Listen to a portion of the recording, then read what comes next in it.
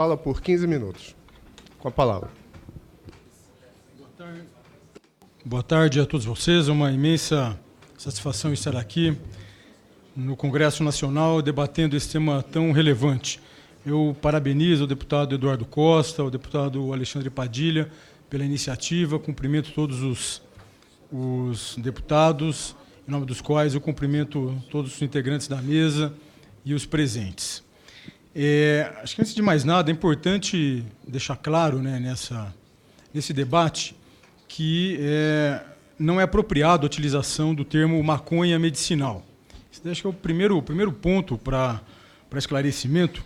E eu trago aqui uma manifestação, uma nota de esclarecimento do Conselho Regional de Medicina do Estado de São Paulo, do CREMESP, publicado há cerca de 2 anos. Esse documento, na verdade, eu vou ler um trecho aqui dele para os senhores. Ele diz que, nos últimos anos, o interesse pelos usos da cannabis vem tomando maiores proporções no cenário nacional. As perspectivas de abordagem do assunto multiplicaram-se, levando muitas vezes a confusões conceituais que turvam a boa compreensão dos desafios ligados ao uso da substância. Cabe esclarecer que o termo maconha medicinal, embora tenha um apelo cultural, não reflete o estado atual do conhecimento, e o uso conforme essa designação não respeita os passos necessários aceitos nacional e internacionalmente para a aprovação de uma nova terapêutica.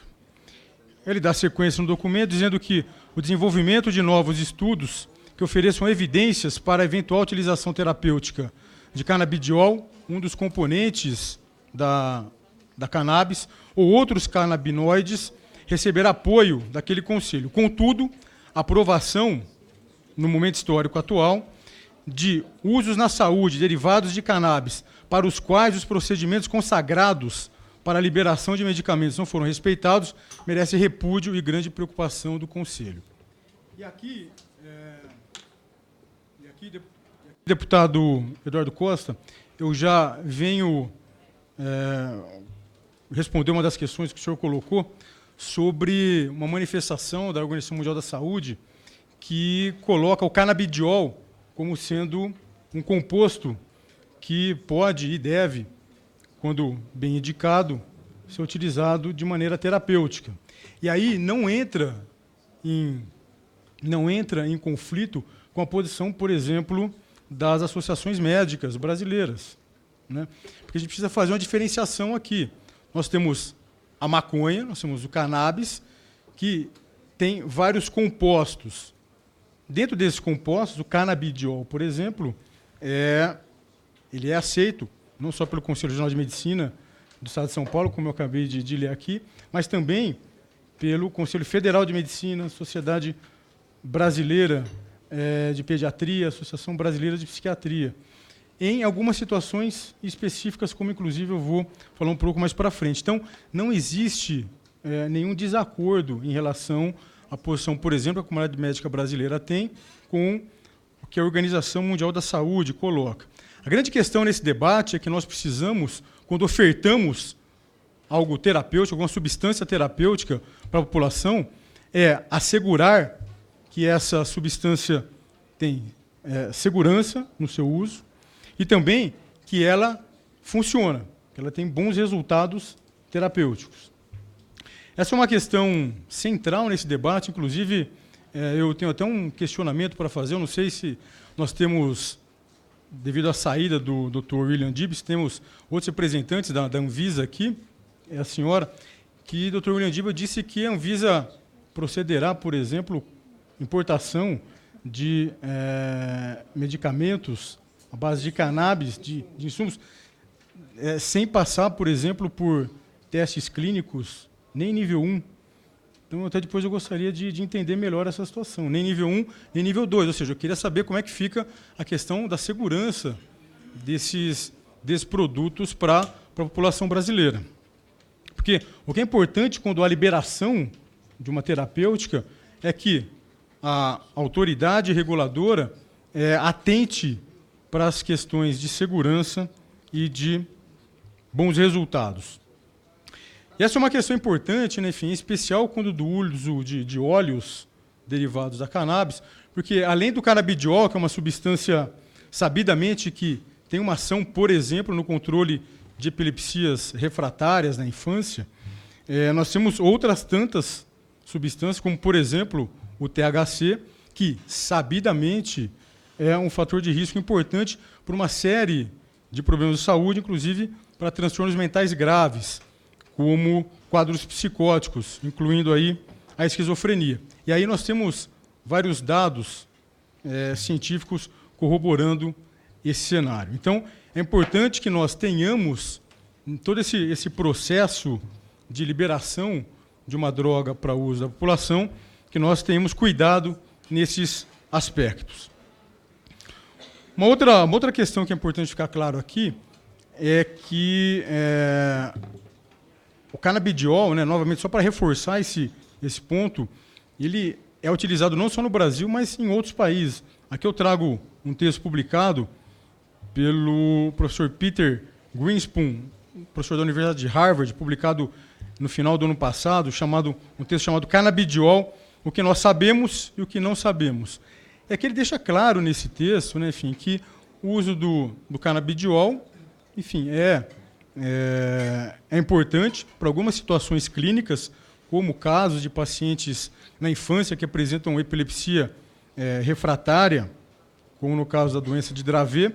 Entretanto, para outras indicações, mesmo o canabidiol, ainda hoje nós não temos evidências científicas que deem sustentação ao uso dessa substância. Como, por exemplo, ele cita no texto, uso para ansiedade, insônia, dor crônica, em que pese muitas pesquisas estejam em curso nessa área. Então é importante ficar claro também que uma coisa é pesquisas estarem em curso e apontarem um ou outro resultado, e a outra é nós termos evidência científica suficiente que dê sustentação ao uso dessas substâncias.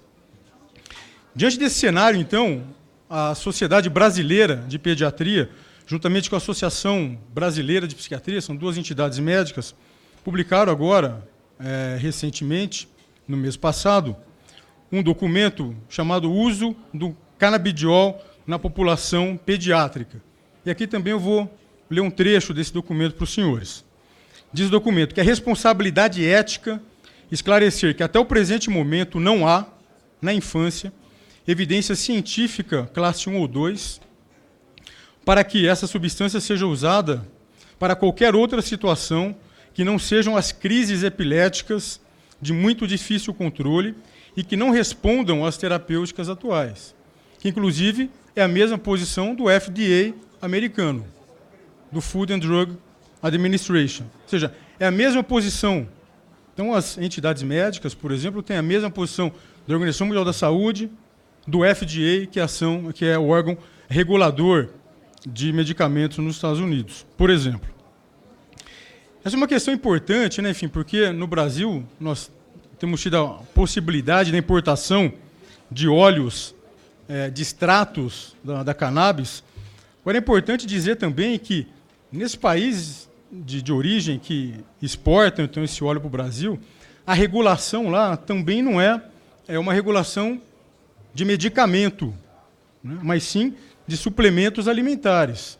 Ou seja, que tem um nível de rigor muito menor, o que pode, inclusive, colocar a nossa população em risco.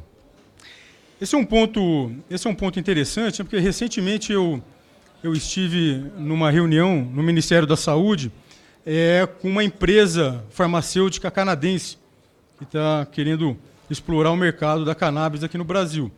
E colocando, né, a empresa canadense colocava, naquela ocasião, que no Canadá, enfim, tinha a venda de produtos à base de cannabis para o tratamento de uma série de doenças.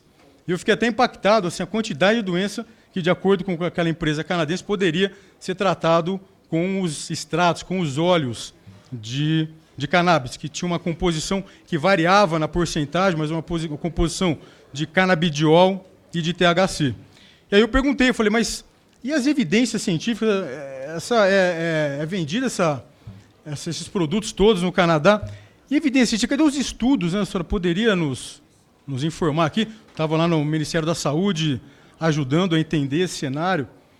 E ela falou, não, na verdade a gente não tem estudos.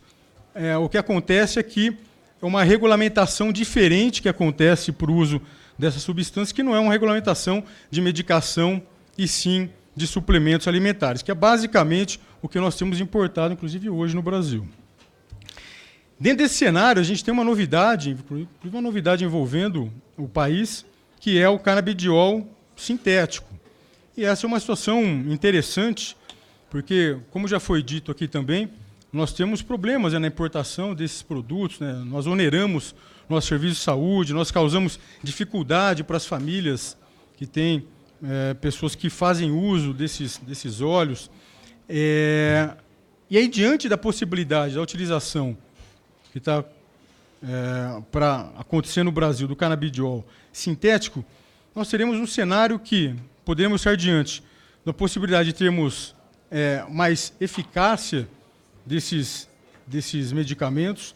São medicamentos que podem ser muito mais baratos, porque vai ser produção em larga escala, mais rápido de se produzir e reduzindo o custo para a população, e sendo uma substância pura. E aí vem uma questão também, né, de que existem entidades e frentes que advogam, por exemplo, que o que faz a diferença mesmo não é o uso do canabidiol, mas uma possível convergência, né, enfim, de várias substâncias, das várias substâncias que compõem os extratos, os óleos. Agora, a gente também não tem essa evidência científica para saber se é isso mesmo. Ou seja, todas essas questões que são propaladas, que são colocadas, elas não encontram sustentação na ciência como nós entendemos ciência hoje. E é interessante porque a possibilidade do uso do canabidiol sintético abre essa possibilidade. Nós temos vários ganhos e ganhos com segurança para a população. Ainda em relação à questão da indicação, também é um ponto interessante, porque na área de oncologia, por exemplo, né, existe uma perspectiva e um interesse muito grande de ações de utilização de derivados da cannabis na oncologia. Recentemente, agora, no mês passado, foi publicado um artigo do Dr. Arthur Katz, que é diretor do Centro de Oncologia do Hospital Sírio-Libanês, em São Paulo.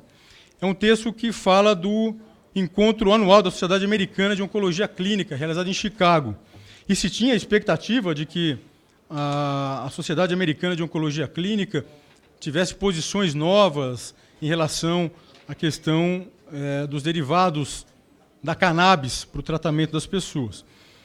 E o que, na verdade, foi colocado nessa reunião, né, é que ainda faltam informações clínicas que possam garantir o benefício e segurança do uso da cannabis e seus derivados na oncologia. O tratamento do tumor, por exemplo, tem estudos que mostram que você pode ter um efeito benéfico e outros, em contrapartida, que você tem um efeito maléfico, você tem o crescimento dos tumores. Mesmo para usos, como, por exemplo, usos paliativos, para o controle de dor, controle de efeitos colaterais de quimioterapia, como náuseas, vômitos, ajuda no controle eventual de sintomas de ansiedade, depressão, que são comuns nesses pacientes. Mesmo nessas situações, não há sustentação científica. Tanto é que a Sociedade Americana de Oncologia Clínica não dá sustentação para esse uso. Na minha área, né, eu sou secretário nacional de cuidados e prevenção das drogas, mas sou psiquiatra de formação, sou médico psiquiatra. Também tem vários estudos na psiquiatria de derivados do cannabis, mas é interessante, por exemplo, no caso de psicose, né, nós temos 2 relatos de caso, um estudo aberto e um único estudo caso controle, o que não dá sustentação também para que a gente possa utilizar na prática clínica. Ou seja, os estudos são importantes? Claro que são.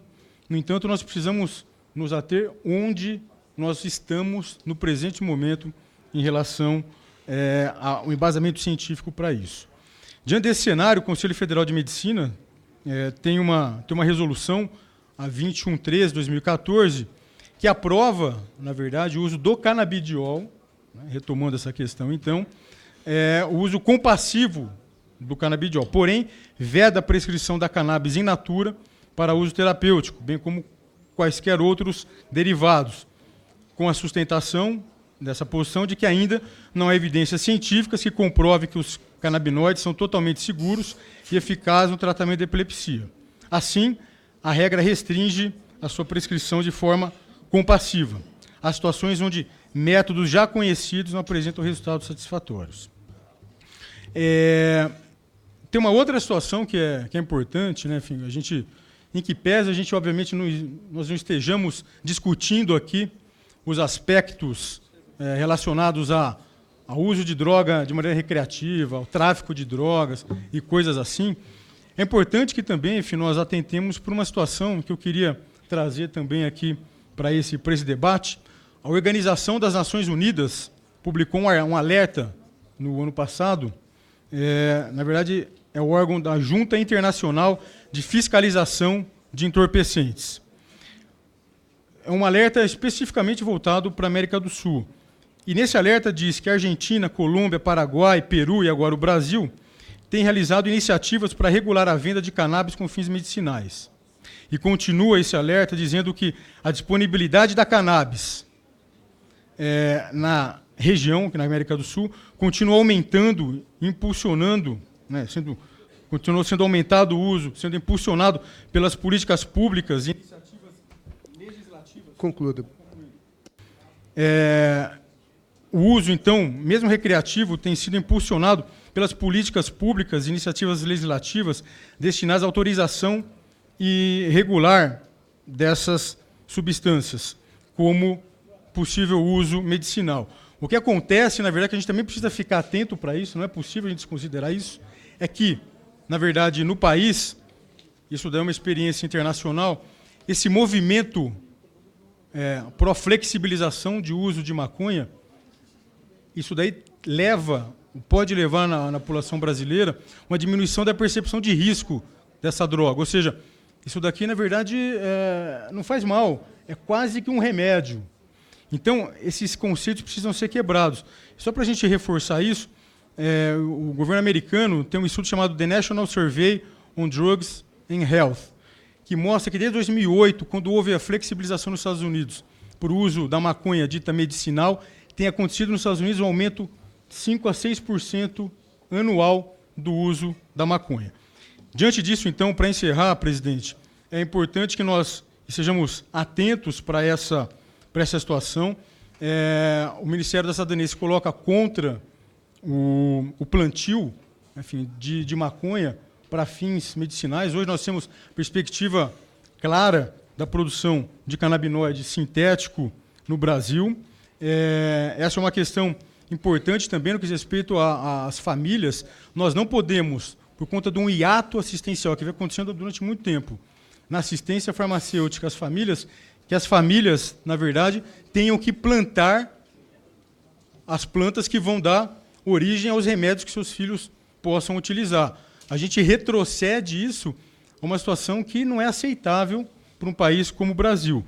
Então, essas duas questões, tanto o plantio feito por empresas para dar sustentação ao mercado da cannabis, quanto também a plantação por famílias, o Ministério da Cidadania avalia que essas situações são inapropriadas e o que deve acontecer agora é o governo federal investir na assistência farmacêutica apropriada às pessoas que precisam, sim, fazer uso de medicações que possam ter derivados de cannabis.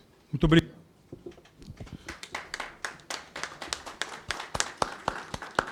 Nós que agradecemos ao senhor Quirino Cordeiro, representando aqui o Ministério da Cidadania. Quero...